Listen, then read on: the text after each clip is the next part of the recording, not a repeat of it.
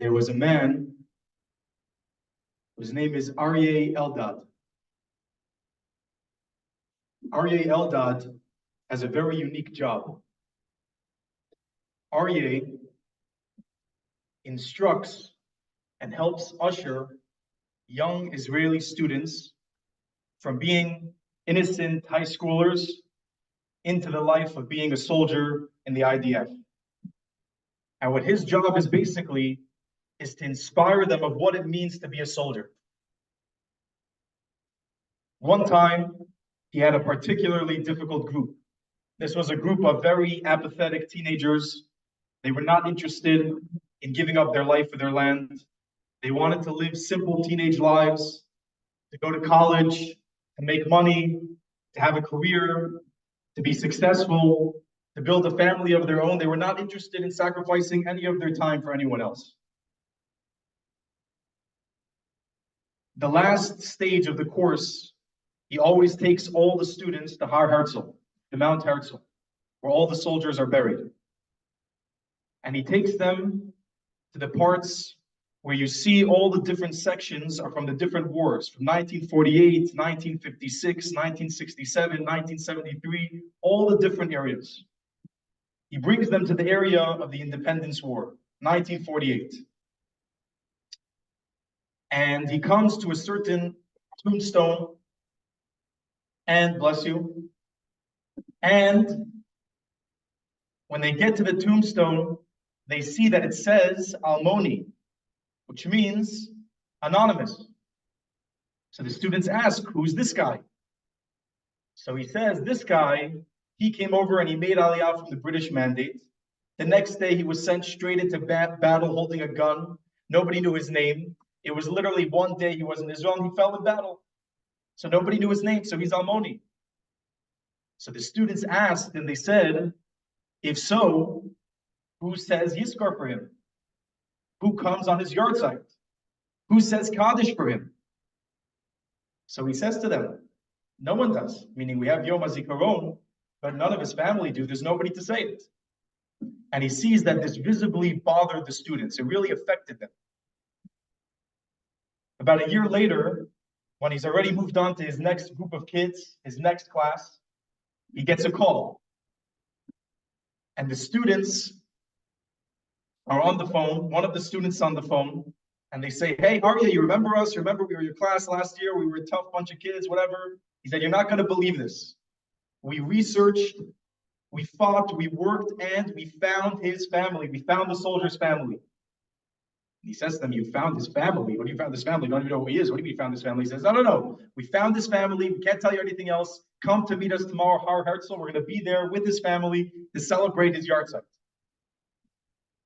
He comes to Har Herzl, and when he gets there, of course, he sees that it's just the students. And they say to him like this. They'd say, Matzanu hamishpacha shelo, anu hamishpacha shelo. Which means we found his family, we are his family. So what we're about to do is going to be terribly difficult, but I believe that when we really feel this day, we really feel the sacrifice of the soldiers, we can come out and we can celebrate in a completely different way. And you see this many times in the Torah and throughout Jewish history. We are a nation that does not get stuck in the past, and we are a nation that does not forget and move on into the future. We're a nation that carries the past with us into the future. When it came to the time when Moshe Rabbeinu came down from the mountain, and we had one of our most famous, terrible mistakes in Jewish history, where we're serving and bowing down to a golden calf, terribly embarrassing in hindsight. What do we do with those shattered luchot? When Moshe Rabbeinu saw us, he smashed the tablets. What do we do with them? We took them and we put them in the Aron. Because we realized that our past, the pain of our past, fuels us for the future. And I'll actually tell you on a personal note, one of my first encounters with anyone in this community, I met Rabbi Stuart Weiss. We heard from last year. And Rabbi Weiss, I remember when I met him, when I was done talking to him, he pulled out of his pocket a card with a picture of a young boy on it. And I remember I looked at it and I said, wow, it's nice that he's giving out this card of the soldier. Right here. You're giving out this card of the soldier. I said, wow, that's a nice thing. that he thinks about this soldier, and I didn't realize, nobody explained to me, that it was his son Ari. And I took this card and I put it on our shelf. And I realized that for me, whenever I have a second, sometimes and most of the time we don't have the time. We're rushing by, our days are going, we have so much going on. If I have a second to look at this photo of Ari and say, what did we do today to make Ari's sacrifice worth it? So when we go into this moment and we think about the soldiers who have fallen, the terror victims that have fallen, we take a moment to realize all the sacrifice that has brought us here, all the sacrifice that has given us this land, and with that, it can fuel us into the future. Every soldier that goes into Gaza today, I don't know if this is a practice that always was, or if this is something that was instituted during this war specifically, writes a letter before they go into battle. Now, what it made me realize, only because I experienced it on a more personal level with my brother-in-law, is that every single soldier that goes into battle knows that he is ready to give the ultimate sacrifice. Every single soldier that goes. And every single soldier has to write this letter to his family before they know whether they're actually saying goodbye or not. These letters were released by the Friends of the IDF for people to understand who these soldiers were on a more personal level. It says this is Sergeant A, 20 years old. I never imagined I would have to write something like this in my life. I tried pushing this off time and time again, but I was told we'll be entering Gaza tomorrow, and there's a chance we won't be back. And there are a few things I need you to know before this is over. Dear Mom and Dad, though I don't show you a lot of love and don't spend a lot of time with you, know that I appreciate you so, so much. Even when I was going through a tough time, you never stopped trying to help and get close to me. Even when I spoke to you disrespectfully and gave up on everything, you did not give up on me. You always made sure we had everything and weren't missing anything, and you worked very hard for that. You educated us in an amazing way, and I started seeing it when Zohar grew up. I haven't been home much lately, and even when I wasn't really present. I'm so sorry for that, for not putting in more time to be with the family and always looking to go out. At the end of the day, family is everything, and you have always accepted me just as I am. You are my entire world. Zohar, my incredible sister. As I'm writing this, I remember all the childhood moments we shared together, how much fun we had, how we were always looking for things to do, whether that was getting up before Mom and Dad and making them breakfast, or making funny videos together, thinking we were famous. How we drove Uri endlessly crazy and wouldn't stop laughing until our tummies hurt. Now we've grown and we're each busy doing our own things, you in your room, me going out to parties. I miss childhood with you so much. You are now the eldest sibling. It's a difficult task, but I'm sure you can handle it. That's just who you are. Responsible, smart, caring, some would say the successful sibling. I love you so much, and it's important to me that you remember that. Unfortunately, I can't tell you that face to face. Little Uri, my little sister, I don't think God can create another such adorable, perfect thing like you. I'm writing this after not having seen you for 2 weeks, and it feels like forever. I wish I could hug you just one last time. I don't know how a girl your age is meant to read such a thing or how you'll take it. But always remember, I love you and I miss you. If you'd like, you can speak to me in your thoughts. I will listen to you from above. I can't write to everyone because I've honestly met so many people throughout the course of my life, but still it's important for me to say thank you for all the moments and experiences you've given to me. To the families, I've always felt comfortable around you. The warm familial atmosphere, the generosity, the humor, I've always felt I had a little bit of each and every one of you in me. Thank you for everything. I truly love you, and I'm sorry for every family dinner, every gathering I didn't come to, because I know I missed out on experiences with amazing people. To my close friends, I can't even begin to describe all the experiences we shared together. Thank you for always being there for me and for building me an incredible childhood. I hope you will celebrate like we plan to do when I get back and tell your children about all the moments and experiences I was a part of. I miss you. He ends off like this. I'm going into this war knowing I might not be coming back, but I believe wholeheartedly in what I am doing. We have no other country, and now it is my turn to defend it and fight the battle of all the civilians, soldiers, babies, elderly, and women who were helpless in the face of Hamas brutality.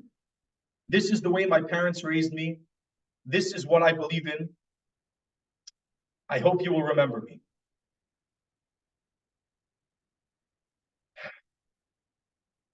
The next letter is from a captain. Now, I'll tell you, some of these letters you see that they didn't even make it fully out. Some of them are burnt. They didn't get the actual full letter. But every single soldier that went into Gaza, every single soldier that is in Gaza, wrote this letter and took the sacrifice upon themselves. Before we read the next letter, I just want to say a side note. There is a father, whose name is Shlomo Weitzen. He's the Rav of Psagot, next to the famous winery. His son, Amichai, was on the Kitat Itkonenut, in the front of the Yishuv of Psagot. He was one of the two on this Kitat that did not survive, that were killed. Literally a few days after October 7th, a few days after his son had passed, he sent out a video message. And this was one of the most powerful messages because he didn't miss a beat. He right away got up and he started speaking to inspire others, which is something which you will see is almost commonplace in Eretz Yisrael. You have people like Rabbi Leodi, Rabbi Perez, that it's beyond what the mind or the heart can fathom. It truly is. It's something otherworldly. He gets up and he sends out a video, still sitting Shiva for his son. He says, I know that my son did not pass away at 30 years old. That's how old his son was. I know that my son lived all the hundreds of years of the lives that he gave up to protect. Every single person that is in that yeshuv that was able to survive, that my son sacrificed for, he lived all of those years. So there are those who are looking at me and wondering that I should be sad, I should be crying, and he says, I am. But I am telling you that I am proud of my son. I'm sure my son would have done it again. Because for the land that we have, for what our soldiers give for us, they would do it again and again and again. One message I think that's extremely pertinent to repeat on Yom HaZikaron is that something, I believe it was Rav Shlomo Katz, he mentioned that we should try to recapture the unity of October 8th. And after the war, right when the war broke out, everybody came together. Everybody was united completely. We were a family. There was no holds barred. Everybody knew the person sitting next to them. We were all in the same unit. But now, as the war has gone on, as we've been successful, as we've been reaching closer and closer towards victory, despite the world standing against us, all of a sudden the unity starts to fizzle more and more. Except in one part of Am Yisrael, except amongst the soldiers.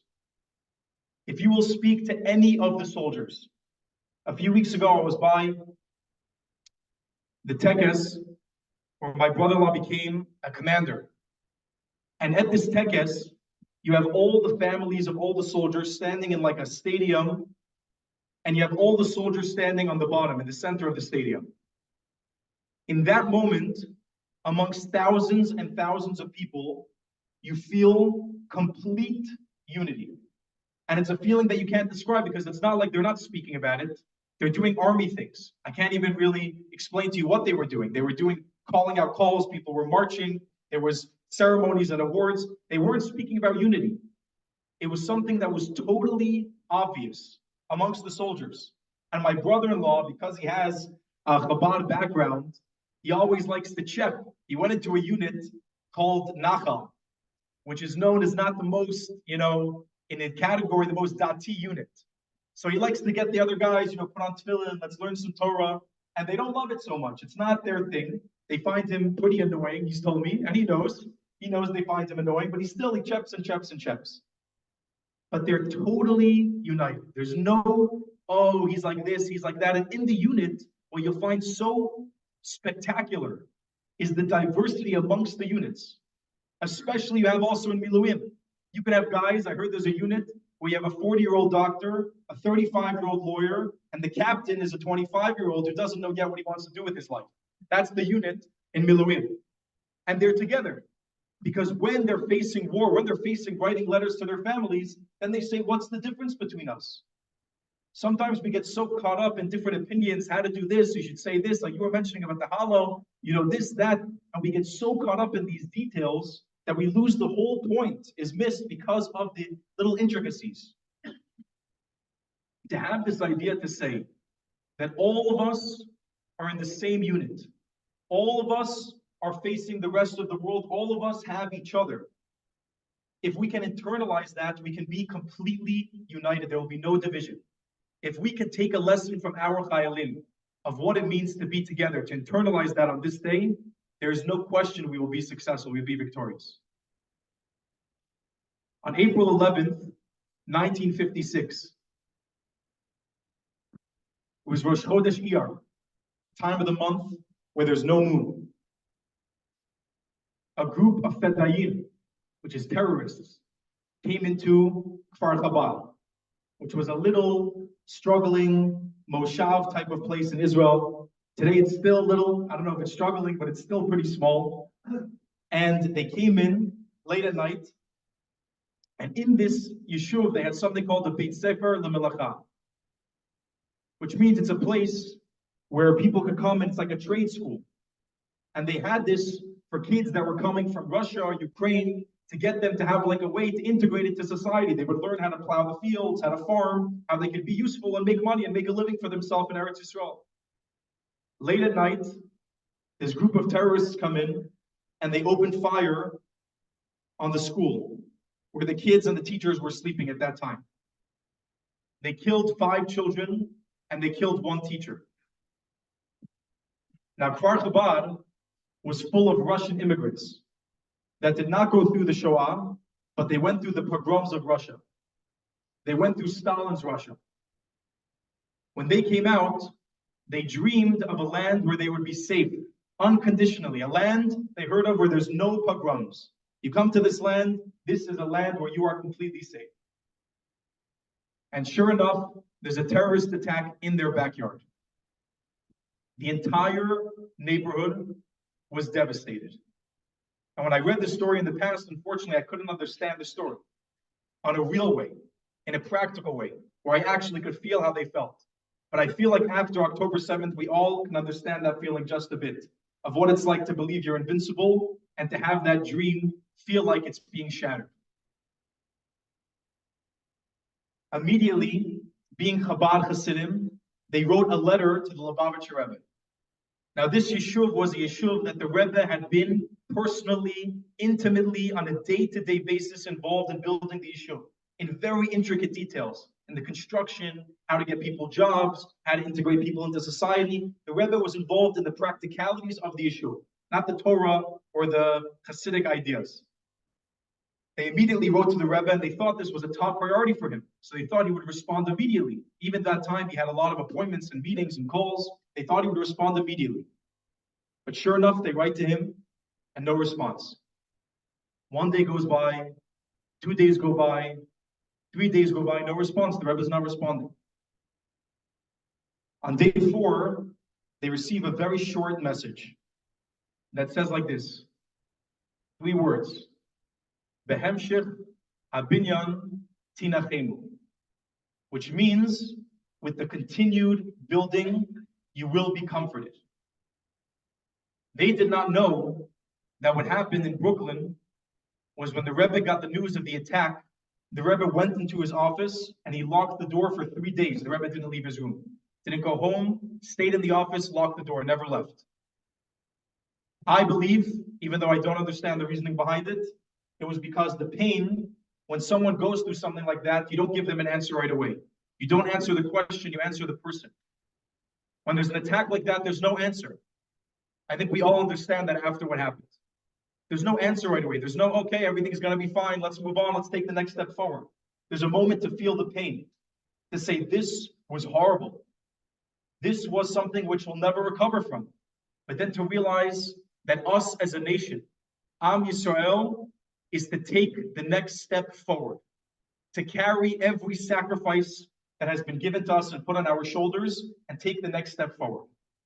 I can tell you for myself on a personal note, before we made Aliyah, I thought that the hardest parts of living in Israel would be the finances, would be the driving, would be the supermarket. Forget on Erev Shabbat, on every day, meaning have you ever been to Osherad, ever? It's a very intense experience. It's something which really we can have a support group just for Osherad shoppers. I'm not even kidding. I went to Osherad today with my kids. It was not a pleasant experience. And I said to myself, Israel, every time I would visit, it's amazing. As a kid, I thought of the land of ice cream, the land of unlimited, delicious, good things. My father told us dreams of this big ice cream sundae with brownies called a Vermonster. And he said it's the greatest, delicious ice cream sundae you could have only in Israel. You get it. So as kids, Israel was the land of ice cream sundaes. But then I came and I realized it's not America. It's not as clean. It's not as perfect. The paint sometimes, someone was just telling me, the thing that bothers them so much about Israel, they can't even handle it, is just how the paint sometimes is painted over the tiles. Why can't they put up the painter's paint and just not paint on the tiles? And it just drives them crazy. Like, why can't they? It's such a small thing. And I thought all those things would be the hardest part of Aliyah. No Amazon, all these things left behind. But I'll tell you, for me, what I realized after October 7th, Simchat Torah, what was the hardest part of Aliyah for me? And I feel this till today. The hardest part for me of Aliyah is the responsibility of what it is to live in Eretz Yisrael. And personally, I think the responsibility of living in Eretz Yisrael is what scares so many Jews from coming, and is what makes us feel so intense on a day-to-day basis. And we're not sure what it is to put your finger on it. What is that tensity? What is that feeling that we feel every day, such intensity? It's that when you live in Eretz Yisrael, you carry a responsibility. You carry the responsibility of Jewish history. You carry the responsibility of every single one of these young faces, the sacrifice that they gave for us to be here. And that responsibility can feel impossible. That responsibility can feel very intense. But we say it's a zchut and an achrayut, which means it's a merit and it's a responsibility. And when we can accept upon ourselves and realize that every single one of us is being called up to remember the past, to go forward and celebrate into the future. When we can internalize this, accept this, and make it happen, there is no question we could say Am Yisrael Chai, we can sing Am Yisrael Chai on top of our lungs, and we could hope to see very, very soon the coming of the final redemption of Mashiach, where we will celebrate with every single one of our Chayalim coming back in the flesh all together. Am Yisrael Chai.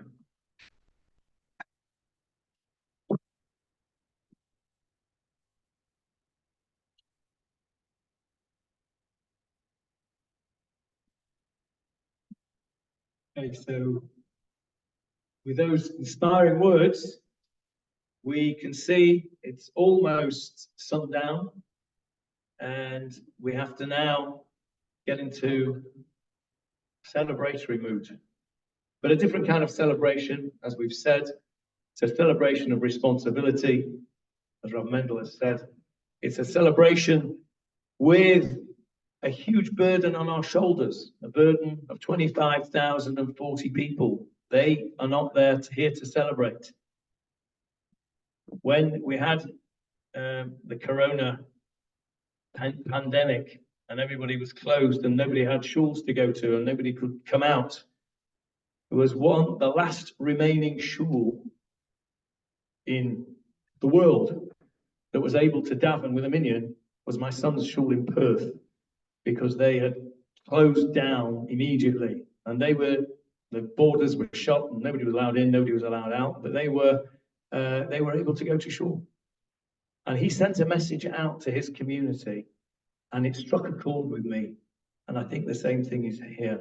He said, We have to go to shul and daven because nobody else in the world can do it. We must because they can't.